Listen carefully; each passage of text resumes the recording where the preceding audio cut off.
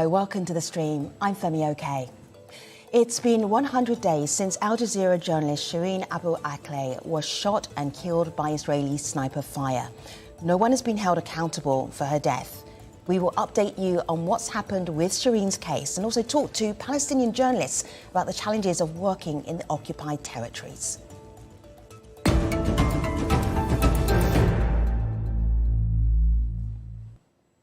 So what I want to do is start with a look back at what's happened in the past 100 days. Let's start on May the 11th. That was when Al Jazeera's Shireen Abu Akleh was shot and killed by Israeli sniper fire in Jenin. The following month, June, the United Nations concluded that Israel was behind the shooting. In July, the US State Department probe said that the bullet's origin was inconclusive and that Israeli gunfire was unintentional. And then this month, Al Jazeera and Abu Akleh's family continue to call for an independent investigation and justice for Shireen. Joining us now is Shireen's niece, Lina Abu Akleh. Lina, welcome back to the stream. I want to ask you about a trip that you and your family made to Washington, D.C. We have some pictures of that trip. What was the purpose? What did you get out of that trip? Hi, thank you so much for having me again. We went to D.C. as a family. Well, President Biden was visiting Palestine right before our trip, and he met with our family, even though he was 10 minutes away from where Shireen grew up, where Shireen was born, where Shireen was raised and killed. So as a family, we had to go to D.C. to call for justice. It was very frustrating that we are the ones as a family and going after the U.S. administration when it should have been the other way around. We went to D.C. to meet with President Biden. However, that did not work out. We ended up meeting with Secretary Blinken. We wanted to get answers. We wanted to understand what are their next steps moving forward.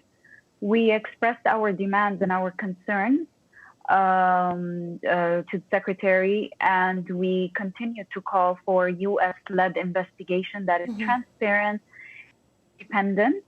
We also were able to meet with dozens of members of Congress and representatives and senators who joined calls for a U.S. investigation, and also expressed their disappointment in the way the U.S. administration has been handling Lina, of one of their own citizens. Lina, I've got an example of that right here on my laptop. This is Representative Andre Carson. He announced the Justice for Shireen Act. That is a bill requiring the US to investigate Israel's murder of Palestinian-American journalist Shireen Abu Akleh. So there is a lot of support within the US for finding out what happened exactly to Shireen. When you came away from those meetings in D.C., did you feel hopeful? Did you feel that something was going to happen? Of course, I was filled with hope. I was very encouraged, to be honest, after leaving the Hill with so many allies. You know, over 80 members of Congress have joined our call for a U.S. investigation that leads to accountability, including Representative Andre Carson's Justice for Shireen Act and Senator Van Hollen's continuous efforts in the Senate calling for answers to a lot of questions they have raised. So it is clear that we are not, Shireen's family isn't the only one who's disappointed and who's calling for investigation, but it's also senators, representatives, and that shows how the U.S. administration has to do the minimum. Okay. So knowing that we have that support is definitely encouraging and hopeful. I'm also looking at more support online. Have a look here at my laptop, honouring Shireen Abu Akleh. You keep up, or you try to keep up, with all of the honours that have been showered posthumously on your aunt. There's an award for media excellence, academic excellence in journalism and media, the Shireen Abu Akleh Award. I know there's more than one. It goes on and on and on. There's a whole list. It's like movie credits at the end of a film. And behind me, even in this very studio, we have the Shireen Abu Akleh Street, a street named after your auntie. I am wondering what it is like, and this happens to many people and families who are thrust into a tragedy, that they then become an activist. You are now an activist. What is that like? You know, it was very difficult at first because I never thought that I would be in this position. I never thought that I will be advocating for the killing of my aunt. First, it was difficult, but it was definitely the right thing to do, and it's something that not only be calling for accountability but it's a way to keep her memory alive and make sure that her legacy is honored. And all these awards and ceremonies honoring Shireen's life is a testament to her work and to her exceptional legacy. So for sure, I will continue our fight for justice, our fight for accountability, because this means that ensuring no other journalists, no other Palestinians are killed, and that there is accountability and there is justice. Continuing to speak truth to power and amplifying of Palestinians and their continuous demand for freedom, like Shireen's reporting used to do, is a way to honor her exceptional legacy. Lina, thank you so much. We really appreciate you being here with us on the stream, and wish you and your family every success as you search for accountability and justice for Shireen. Moving on now, Awa Ibrahim is a senior Al Jazeera journalist, and here she is talking about the impact of Shireen's killing. Since Shireen Abu Akleh's death, it's been a reflection of how difficult it is for Palestinians to live their daily lives. Since May 2021, there were protests about residents who were being removed and evacuated from their own homes in East Jerusalem and Sheikh Jarrah. There was the 11-day assault on Gaza. There were protests about restrictions on Palestinians going to pray at the Al-Aqsa Mosque during Ramadan. We've seen increasing numbers of Palestinians being killed.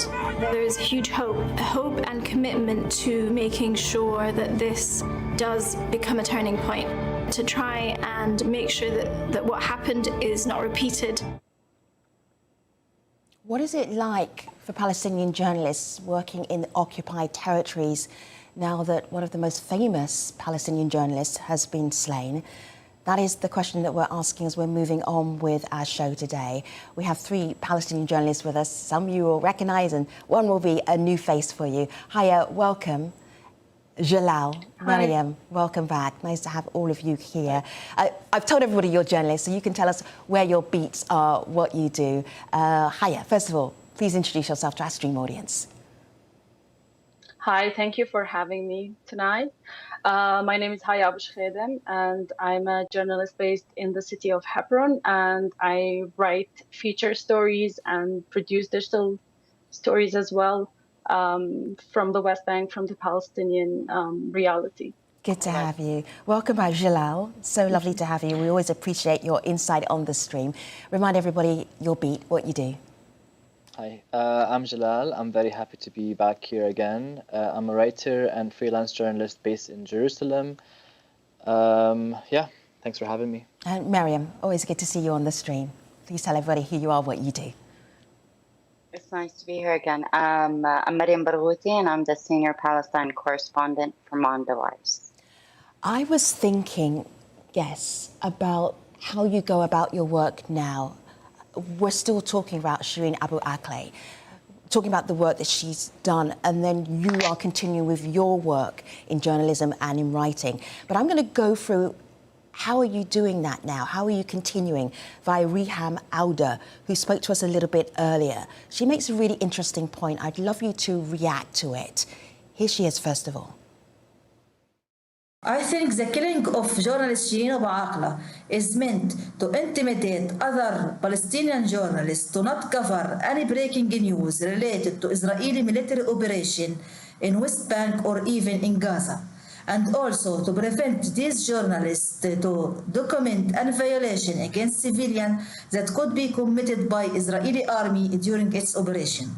I think the killing of Shireen Abu Akleh is a grave violation against human rights and it threatens the freedom of the press in the Middle East. All right, I'm going to ask you all to be super honest. Haya, are you scared going to work now? Mm-hmm. Yes, of course. I mean, the violations against Palestinian journalists have been going on even before the killing of Shireen Abu Akleh. And I've always thought, because Shireen was well known and I thought she was protected. And now that she was killed and she was not an exception and she was not protected, I feel like each one of us is subjected to killing and to all kinds of human rights violations, including, like arrest and barring from covering or barring from traveling or other kinds of violations. So it does make me afraid, but it also makes me more like I want to cover more. Now I'm insisting on covering more. Now I feel like our voice is important and it matters. And that's why we continue to do this work despite everything that happens around us. Miriam? I'm really glad you asked that. It's hard. It's really difficult.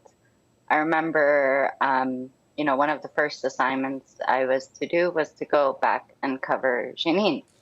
Part of the story of where Shireen was murdered. And, you think twice and 3 times and 4 times. And I have my press vest. I have my, what's supposed to protect me from the bullets. But what protects you from an emboldened soldier being told to shoot to kill? And that's kind of the policy that's been happening here. But yeah, Shireen lives on not just by Shireen Abu Akleh. She earned that title. She earned that label by being involved, by going to places that many were afraid to go. Many international journalists here, bureau chiefs from the New York Times to Reuters, refused to go to these locations. And I know this because I know many of these journalists. So the fact that she constantly went, the way that Palestinian communities speak of her is one which really reminds you of the journalistic integrity that everyone constantly speaks about, the duty as a journalist to remain, quote unquote, objectivity. It is to really show the story. And yeah, it's scary, but nonetheless, someone has to do it, right? So you kind of tell yourself that. And you tell yourself that by defying this, it's a strategy of inflicting fear.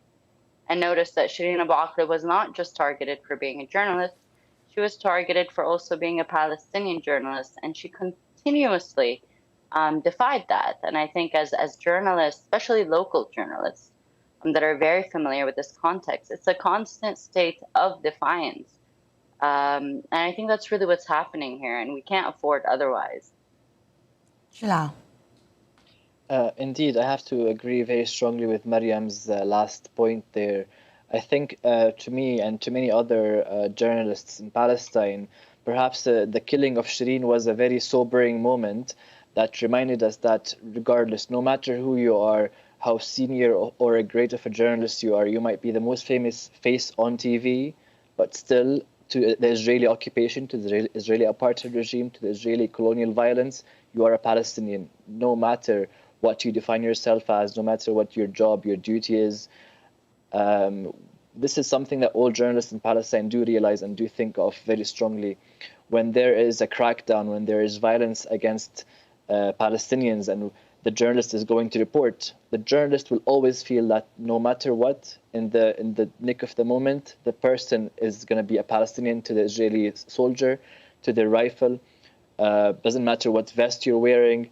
I see this in Jerusalem. I see this in the West Bank. You cannot distinguish between a journalist and Palestinian. You're a target as long as you're Palestinian, as long as you're living in this place and covering the stories of the people. We're always targets. And I think this is what makes the work of a journalist in Palestine difficult. you can't distinguish between being a Palestinian and a journalist. You can't be neutral in this situation. You can't be sympathetic with the language. You have to report on the people that you come from, and this is something. It was a sobering moment, to be honest. Yeah, Very sobering. I totally agree with Jalal. I just would like to add something. Like for me, because I work in the field, and I have so many colleagues who work in the field as well, photographers and photojournalists. They have been telling me that the Israeli forces target journalists. And one of my colleagues once told me that right before he was shot in the face, he heard Israeli soldiers or Israeli commanders telling the soldiers to start with the journalists before the protesters. So targeting journalists is something we have known as journalists, and we know that we're not protected.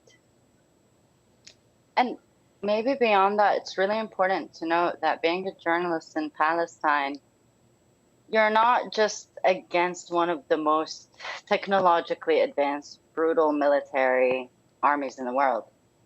Just in the weeks that followed the assassination of Shireen Abu Akleh, you had the photojournalist of Yahdot Ahronot, one of the national newspapers of Israel, pull up his pistol and shoot at a Palestinian. And this is a photojournalist that's supposed to be a journalist holding up journalistic integrity, right? But it shows you also the enmeshment of the Israeli regime, that there is no differentiation between settler and military commander. Increasingly, we're seeing the arming of Israeli settlers that are defined as civilians by the Israeli official discourse.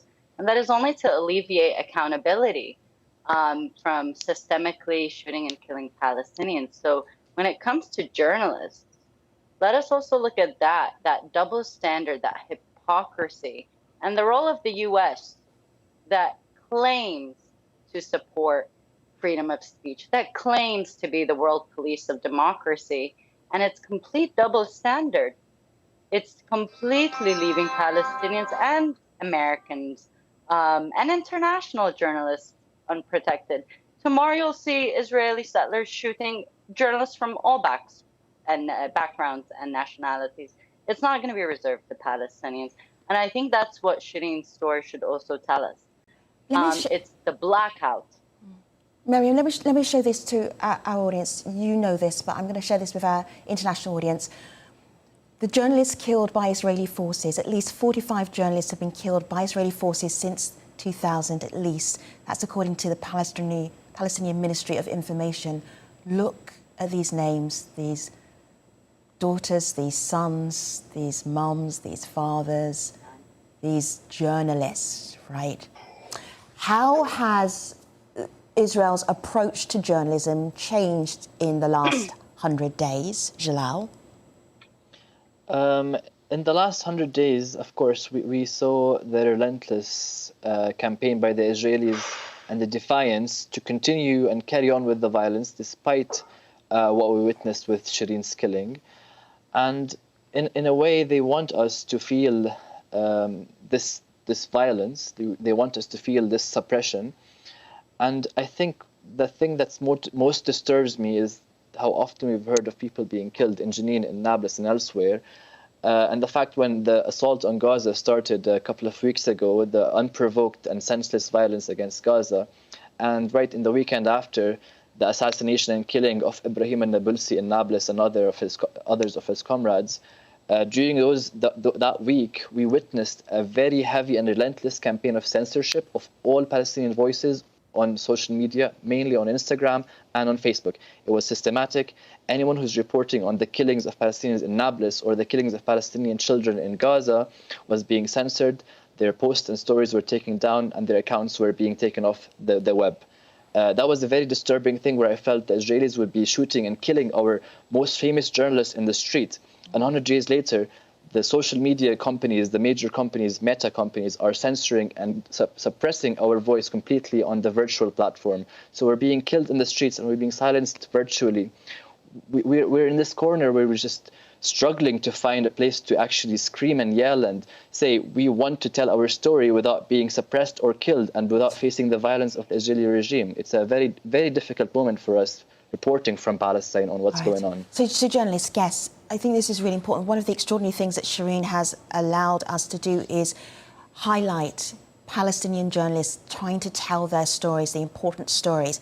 I want to spend a little bit of our time asking you what are the stories that we should be paying attention to, that you are talking about, that you are working on.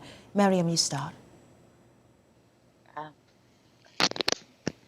Wait, I'm usually known as someone that's not very emotional.